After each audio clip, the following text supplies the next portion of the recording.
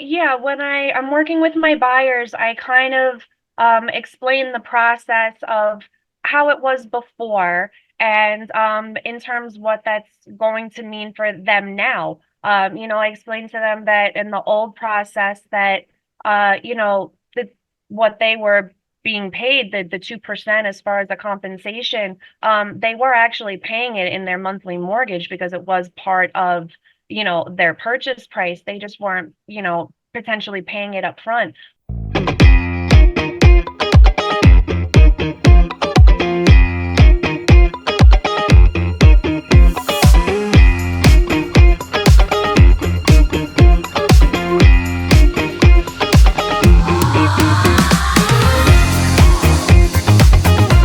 Hi, this is Dave Steinberg. Welcome back to the Mortgages Made Easy podcast. And I am joined today by Alison Johnson. Alison is a new friend. We've only known each other a couple of months. She's a great realtor at Exit Realty. And I've been very impressed by her enthusiasm, by her smarts. And I'm using this as an opportunity to bounce some ideas off her and hear what she has to say. So, Alison, your market extends from, I guess, Suffolk County, New York into Nassau County. Is that about right? Primarily, yes, I try to focus on the island itself. Okay.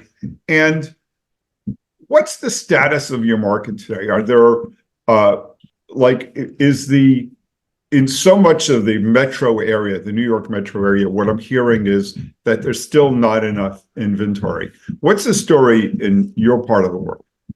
Yeah, no, for sure. That's definitely been one of our biggest struggles is that there are definitely way more buyers than there are homes. Inventory has been definitely a struggle. It's causing everyone to kind of enter this like race almost, and it's really put some pressure on the buyers and the whole process for them. Mm. And do you have a theory about your part of the market? Is there something in so much of the market, we're hearing that the high interest rates are keeping sellers in their homes. Is that what's happening in your markets as well? Um, it can for sure. A lot of times a seller will go, well, I've got this great rate right now, and if I'm looking at I have a two or a three, and they see the interest rates where they are now, and they go, well, no, I just, I thought I'd get a great price for my house, but then if I have to go someplace else in New York, say, and this is the rate I'm going to be paying, it does make them kind of take a step back and think, well, do I really need to make the move? Mm, On the other hand, there are people that don't have a choice. They are having a family change, some sort of life change. They're switching jobs or they're transferring somewhere in their position in their job, and they have no choice but to move. right. So at that point, that's when, we find the best way to go about it for them. And, we get the home on the market, but it has definitely deterred some sellers. It's also, I've seen sellers try to also raise the price of their home a little bit to try to compensate their fees going forward and their financials going forward, which also makes the market inconsistent, and it's making everything fluctuate. I feel like more than it should, and it's making it hard for buyers because they go in with a certain price and a certain perspective of what's going to be in their market, and then slowly they're finding that things that should be or they feel that should be just aren't. Mm. So you're getting bidding wars still? We're still definitely getting some, yes. Certain towns more than others. The smaller, more North Shore towns, there's definitely way less inventory, I've noticed. As we go farther into the middle of the island or even a little bit farther South Shore, it definitely, the inventory seems to open up a little bit Mm, more, and it's definitely a little bit easier. So yes, North Shore where I am, it's definitely a much more of a tighter market than South mm. Shore. So that Interesting. definitely changes things too, depending on the area that the buyers are looking for. And I think you're exactly right, because there are two types of sellers out there and buyers for the same matter. There are people who don't have to move now. And then there are people for whom life events happen. They get married, they get divorced, their kids, they have a child and now they're running out of space. Their children Yep. graduate and now they have too much home. That we're downsizing, empty nesters. Yeah. And those are and like you said, people get transferred, jobs get transferred. I personally think that for a lot of people, getting stuck in a large home is a trap, because what they're not doing is they're not looking at an integrated view of how their economics are. They're looking at a narrow view. Often they could trade down, maybe have a smaller mortgage, and the fact that their mortgage will be a higher rate is almost immaterial. Right. So you and I started a conversation a couple of weeks ago about the new compensation arrangement for realtors, right? And traditionally, the realtor, the listing agent would go to the seller and say, I'd like you to pay 6% of the sales price, and I'm going to compensate the buyer's agent 3%. And that's going to induce the buyer's agent to show your home, and that's going to get your house sold. Well, under the new consent agreement, that no longer works, at least not in its original form. Entirety. Yep. Yeah. So let's talk about buyers and sellers. Now let's start with sellers first, because I think sellers, the transaction starts with somebody putting their home on the market. Yep.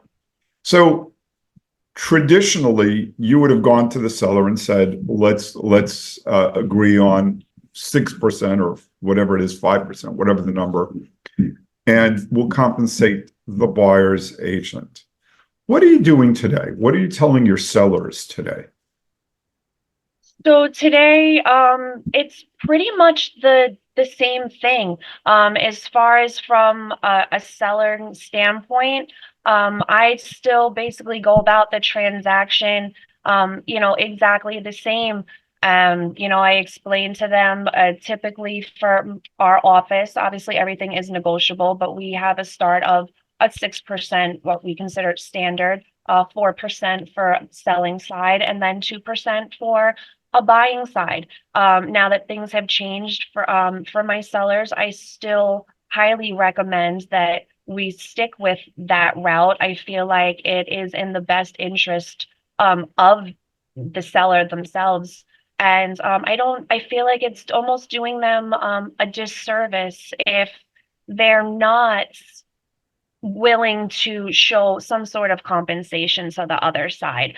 I do have sellers that fully agree with me. I have had a couple that did not agree with me, and they felt like, well, I'm hiring you, I'm not hiring the other agent. I don't see why I need to be compensating them. And I said, look, my rebuttal to that is I completely agree.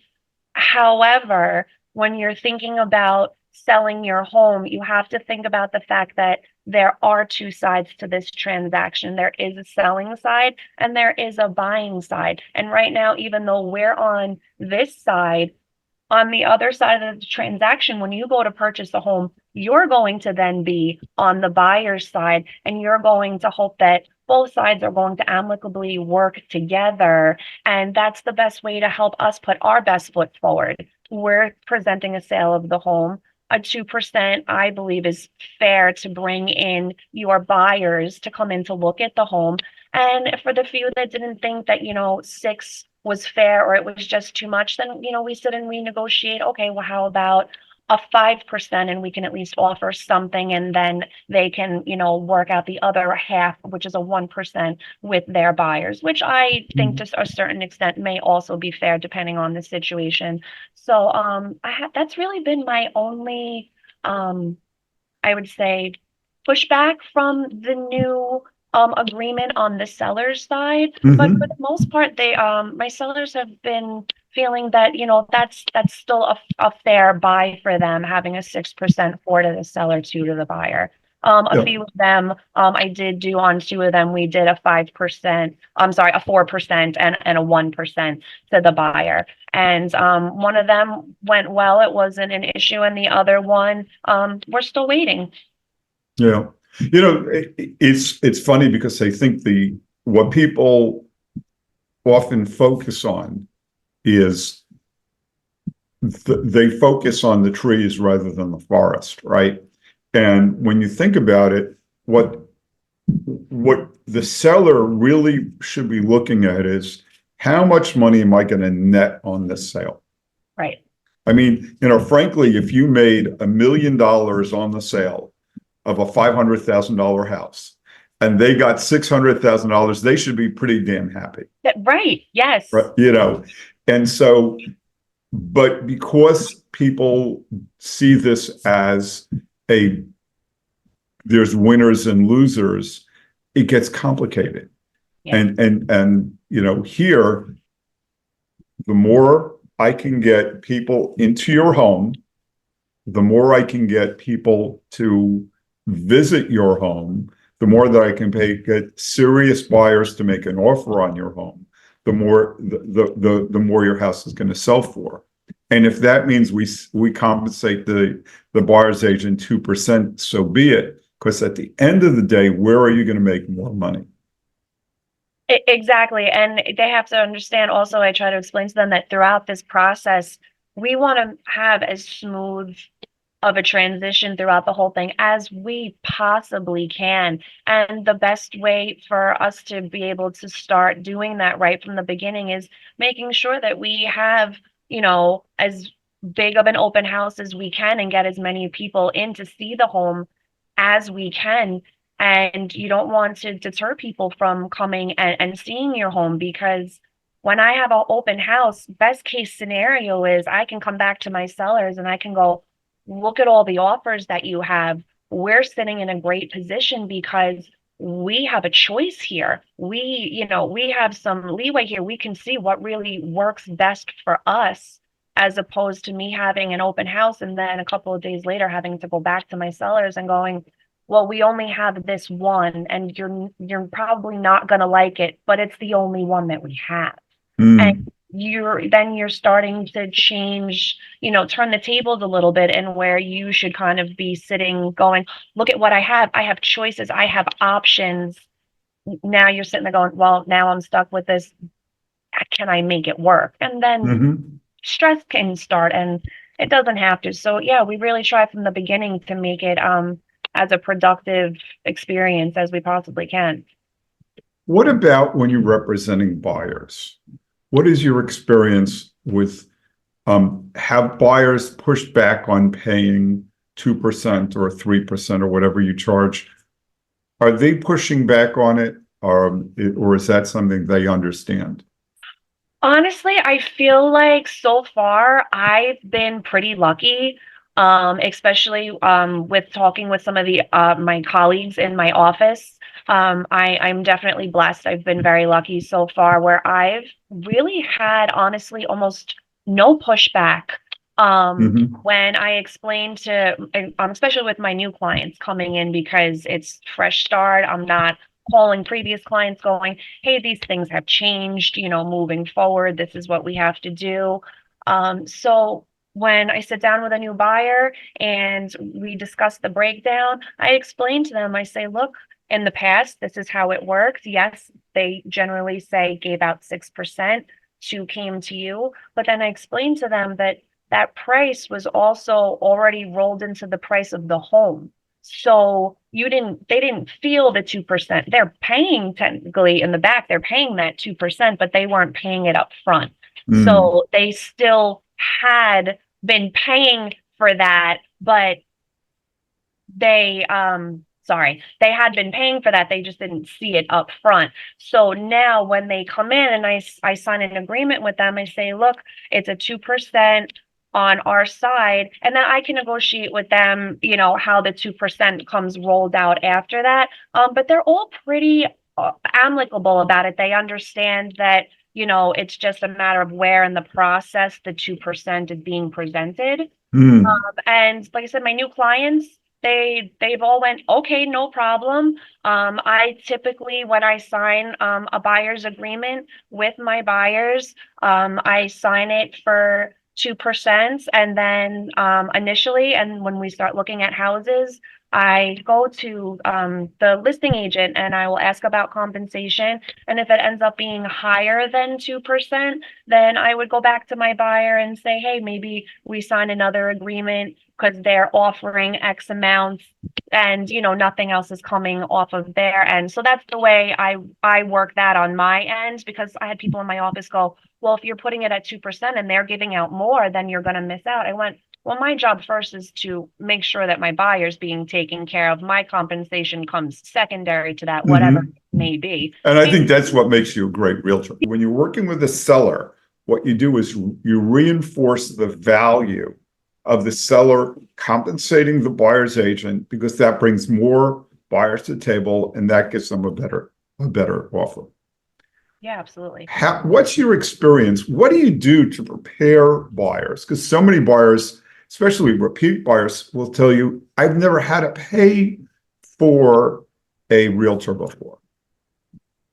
So yeah, when I'm working with my buyers, I kind of explain the process of how it was before and in terms what that's going to mean for them now. I explained to them that in the old process that what they were being paid, the 2% as far as the compensation, they were actually paying it in their monthly mortgage because it was part of their purchase price. They just weren't, potentially paying it up front. But then I explained to them that the main reason that they want to be hiring an agent and at a 2% rate, which is really quite phenomenal, is because of everything that as an agent we're going to do for them. They Like could what? I mean, they could go into it on their own and think, okay, I'm going to walk into an open house and I'm just going to deal with one agent and I don't, want to pay for my own. Okay, well, you walk into an open house and there's a listing agent and they're going to be more than happy to help you. But at the end of the day, their contract is with the seller and they are going to do what is in the best interest of their seller. There's not going to be anyone there solely protecting them and what's in their best interest as a buyer. So even though you can Hmm. do that, at the end of the day, it's going to be the least beneficial thing that you can do for yourself as a Hmm. potential home buyer. If Hmm. you're working with an agent, if you're working with me, I'm going to bring you to those open houses. I am going to bring you everything that's in your market. We are going to go through all of the listings. We're going to see which open houses we want to go to. I'm going to walk that open house with you. I'm going to help point out all the things that you're going to want to know and think about, and maybe things that you haven't even thought about. Maybe you're a first time home buyer. Maybe you haven't purchased in a while. So I'm going to point out all of those things that we're going to want to be really looking at and thinking about when we're in the home. I'm going to know about you before we go in. So I'm going to know your situation, what it is that you're looking for. Are we looking for the now? What works best for you for the next 5 years? Are you planning on staying short term? Is this your forever home? Are you going to be growing a family here? We're going to be taking into consideration all of those things along the way. I'm going to be helping you put together a phenomenal offer if we choose to put one in. I'm going to be going through every step of the process with you, explaining how the offer works, what's the best way for us to approach it, how we're going to lay it all out and put it together. If we get an accepted offer, I'm going to explain the process, how the inspection works, all the pieces moving forward.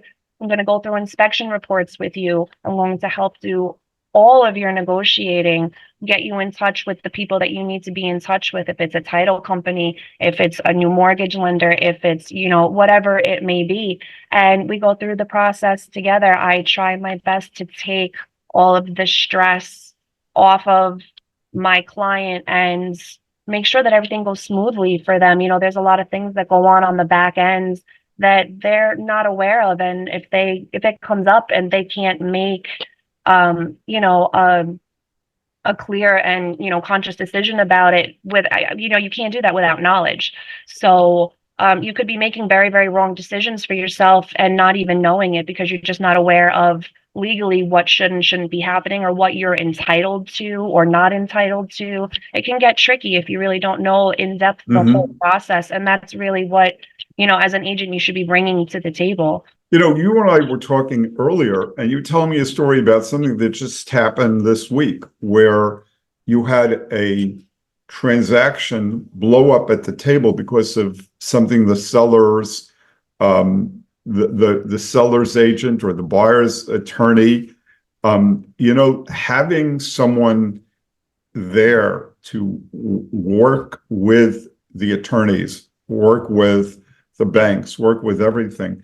You know, I always think about the tremendous value that you bring to a transaction, and it really is just fabulous. Oh, thank you. Yeah, we really greatly appreciate that. Yeah, it's definitely all the way to the closing table. It can definitely be a process, and yeah, I'm there for every step of the way. Hmm.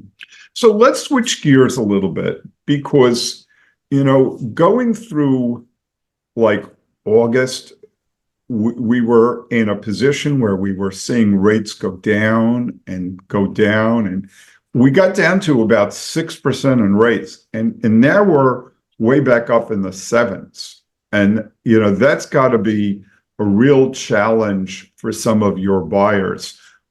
What are you seeing in the market? How are people responding to that interest rate environment? I try my best to just explain, you know, buyers and sellers that interest rates, as much as they, you know, you see them going up a little bit, down a little bit, I feel that overall we're still in an okay place. You know, we are not in double digits anywhere. You know, people kind of saw what happened during COVID, with those rates, and I kind of feel like everyone now has almost this unrealistic expectation Mm-hmm. of what they feel like they should be getting, as Mm-hmm. opposed to what it is now. And I just try to do my best to educate them on that and to just try to make them understand that um, it's really not all that crazy and excessive in the way that everyone feels like it is. And that if it's the right time for you in every other aspect, that an interest rate should be the absolute last thing that you're considering to hold you up from making that sale or, you know, selling the home. Interest rates will always change, they'll continue to change. You get a rate now, we work with it, and if it's not something that you feel that you're happy with, you always refinance down the line. It's not something that you're stuck with forever. It's something that can, you know, can change in the future, and it should Mm-hmm. definitely not be something that I would hope, you know, would deter. Yeah, you know, from my perspective, because obviously your buyers are my clients as well. We're telling our clients two or three things. First of all, if they're home buyers, first time home buyers have tremendous advantages in this marketplace, Yeah. and we have some lenders out there with rates that are well below market, particularly for first time home buyers. And so that's something that we look at. But I think you're exactly right when we talk about the market, because the rates are going to go up and the rates are going to go down. Yeah. If you buy today, the advantage is as much as there is a tight market today, but you know, imagine if rates were to go down to 5%, all those people who are sitting on the sidelines waiting to buy, they're going to jump into the market. They're all coming out of the woodwork. Yep. And so I don't think that the home prices are going to go down when rates hit 5%. I think they're going to go up. And so buying today, getting into the market as it is, ensures that you have a home you can afford. And it can only get better from here. The Absolutely. other thing to be aware of and it's important for your clients to understand that we have programs that allow people to float down. So imagine, Allison, you're working with John and Mary, and they're buying a home and they're paying $650,000 and they're borrowing, I don't know, $500,000 or something like that. And so they get a rate, whatever the rate is today. There's usually 45 to 60 days from when we lock in until when we close. And over the past 6 months, we have been very fortunate to be timing our float downs so that we're saving clients sometimes 0.25%, 0.5% off their initial lock. And it doesn't cost them anything because that's part of our service that we offer our clients. We're out there like you. We're there to make our clients' lives stress-free. Yeah. Trying to advise them and make sure that they make the best possible decisions. And that's why I love working with people like you, because when you have a great realtor, the process becomes so much easier. It really does. It truly makes a huge difference in who you choose to work with. It can make or break an entire deal. It happened to me yesterday. It can make or break an entire deal. And yesterday we had an attorney on the other side break the whole deal, and it fell apart. And but you put it back together again. We did. We put it back together again within hours. And that was a first for me, but was definitely not going to let it stay in that stand. So we got it fixed within a few hours, thankfully. But you never know what can happen, even all the way up into the closing table. Anything is possible, and you really want the best team with you that you can put together. So let's just end with, like, what are the, if I was a buyer in today's market, what are the 3 or 4 things that I should know today to be better prepared for making an offer and for buying a home? I would say the things to be most vigilant about when you're looking to buy a home is try to educate yourself as much as you can on the market in the area that you're looking to buy in. Know the area as best you can. Really do your research. Then once you find an area where you feel like is a good fit, then we kind of go in depth a little bit more. And I would say really start focusing in on the home itself. Really think about what it is that you're looking for. Are you thinking short term, long term? Don't just go, oh, that's a really pretty kitchen. I may like that one. Really, think about what it is that's going to be the best fit for you. And then think about your finances. I would say that is the biggest thing that home buyers don't really think about when they get their pre-approval. They go, I have a pre-approval for $600,000. I'm going to go look at homes that are $600,000. Start below your pre-approval amounts. If you have a pre-approval that says you were pre-approved for $600,000, go look at homes that are no higher than 570, 575 maybe. Give yourself the best advantage that you can. You want to go in, especially in this market, with room to negotiate if you need it. You want to know that you have that wiggle room. Give it to yourself.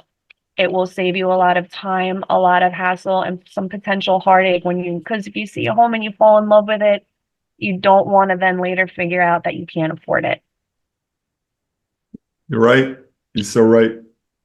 One of the things that we have that is real advantage for your clients is we have the ability to get people pre-approved quickly, but even more importantly, we recently closed a deal where our clients had a draft contract, not a full contract, and we got them a firm commitment within 36 hours.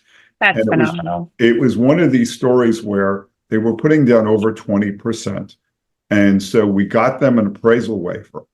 And then because we had the contract, they were putting down over 20%. We had all of their documentation. We submitted the loan, and like whatever it was, noon on Tuesday, we submitted the loan, and I was able to call everyone involved, the realtor and the client, on Wednesday and say, your loan is approved. And not and talking about a hard approval, firm written commitment from the bank, subject to minor things, but really just a firm commitment. And think about the advantage that is to a buyer, because the buyer can say to the seller, Yep. I'm good to go. That's literally huge. I mean, talk about, putting together a great offer and a great presentation to a seller. That's really, truly phenomenal. And that is, again, one of the biggest things when you're going in as a buyer. Have a pre-approval and be working with a mortgage lender that you trust, that is knowledgeable, that is giving you a good, solid pre-approval. Your mortgage lender, working with someone like you is just as important as finding a great agent, because it's where we start off the whole process. Starting off the whole process with you and me, essentially. You gotta have a really good foundation. Alison, thank you so much for spending the time with me. This has been the Mortgages Made Easy podcast. I'm Dave Steinberg, and we've been graced to have Alison Johnson with us. We'll put Alison's information in the chat below, and well, good. I look forward to chatting with you some more. Thank you so much, and thanks for joining us. It was wonderful. Thanks.